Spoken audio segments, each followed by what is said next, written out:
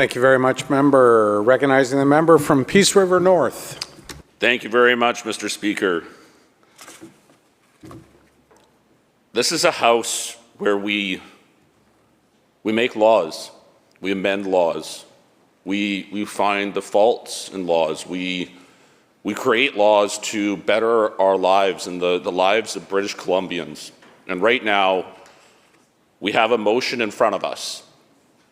It doesn't change the law. It doesn't change the Human Rights Code. It's currently not in place. That's not what this vote is about. This motion that's in front of me doesn't include the whole Human Rights Code. It's missing parts. But when we vote on it, how is it going to be portrayed? This is actually wasting time that's critical in this legislature. We're not making a law. We're not amending a law. Right now, the motion that got rejected actually had the true intention of the BC Rights Code, was to stop hate and discrimination and to protect all people. That's currently the law. That's the way it is right now. We should be upholding that. But right now I have a motion in front of me, and I rise today because I believe in this House we need to pause and reflect on the direction we are heading in when it comes to freedom of expression in this province. Members opposite often speak about inclusion, tolerance, and human rights. Those are important principles, and they should matter to every member of this House.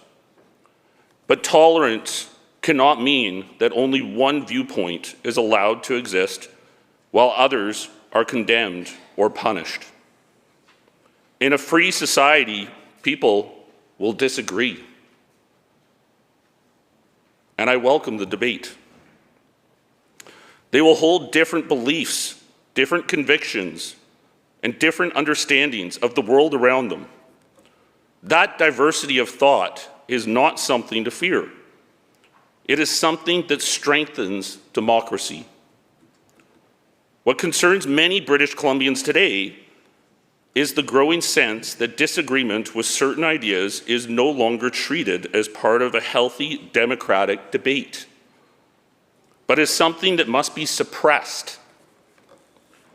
When institutions begin to punish citizens simply for expressing a sincerely held belief, we are stepping onto very dangerous ground. There's a very well-known line from George Orwell's book, 1984, that says, "The party told you to reject the evidence of your eyes and ears. It was their final, most essential command. That warning was written as fiction, but it was meant to caution societies about what happens when governments begin deciding what people are allowed to believe or say." Mr. Speaker, when citizens see people facing enormous financial penalties for expressing views that others disagree with, it raises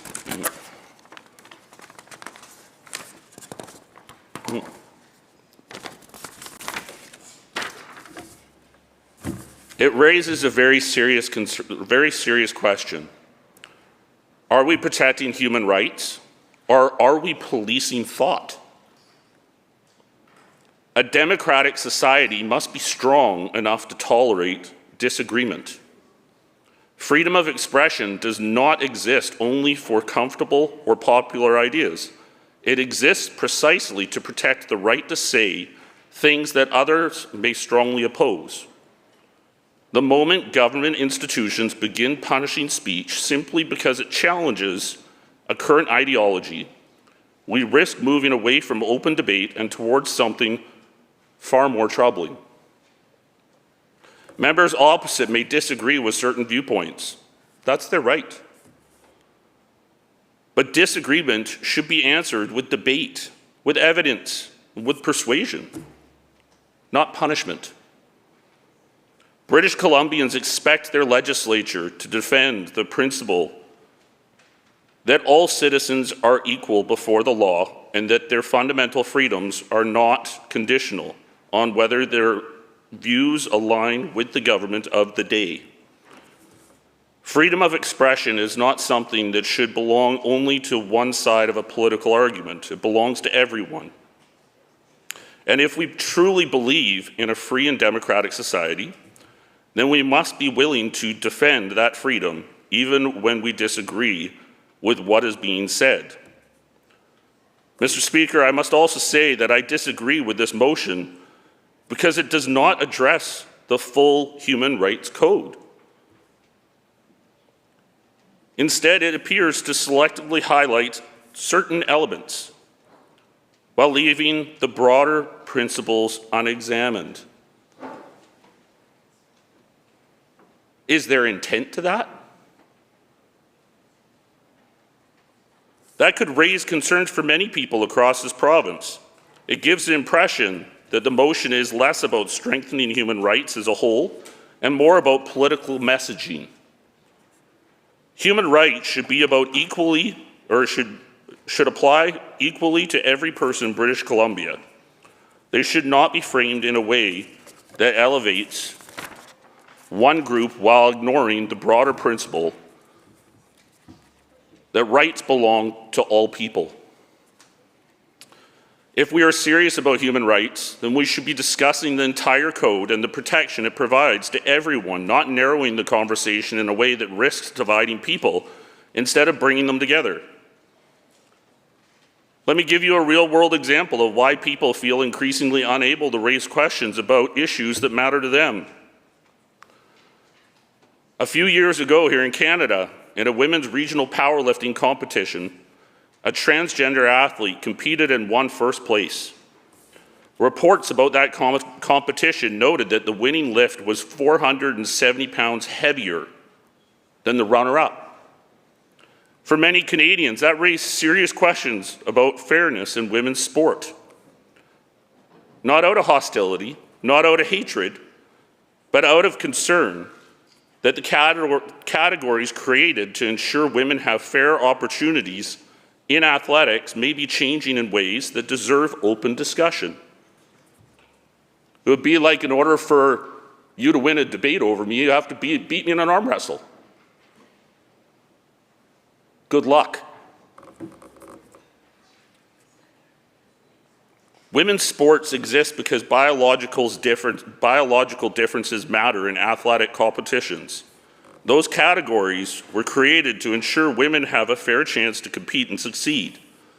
So when people raise questions about fairness in those circumstances, those questions should not be treated as something dangerous or unacceptable to discuss.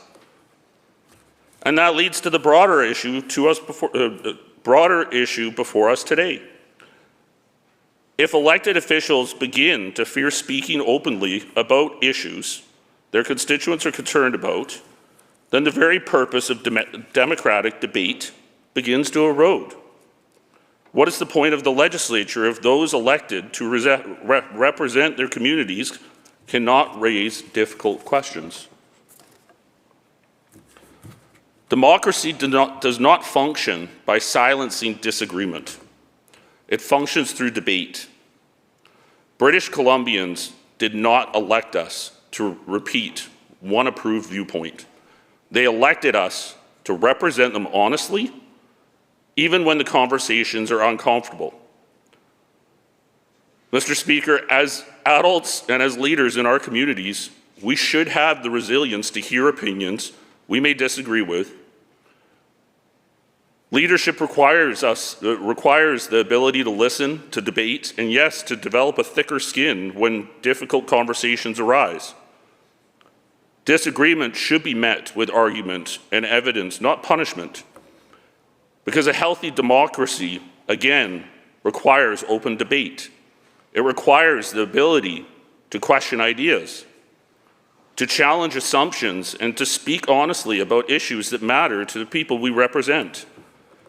If we begin punishing speech simply because it makes someone uncomfortable, then we are no longer encouraging democratic discussion. We are discouraging it. And if elected representatives cannot raise concerns freely on behalf of their constituents, then the very purpose of this legislature begins to fade.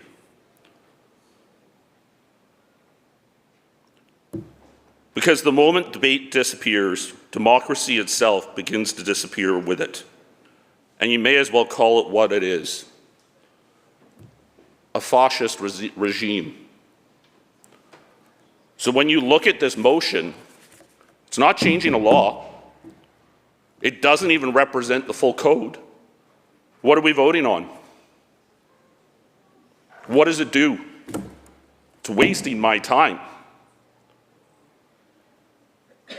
And that's why I'm against this motion. The Human Rights Code is in place, it's in force, it protects people. It's doing what it's meant to do. It's not perfect, but we are here as legislatures to protect people and examine laws, pass laws, amend laws if we have to, and that's what I'm here for. And right now, this amendment is wasting my time, and I'm against it.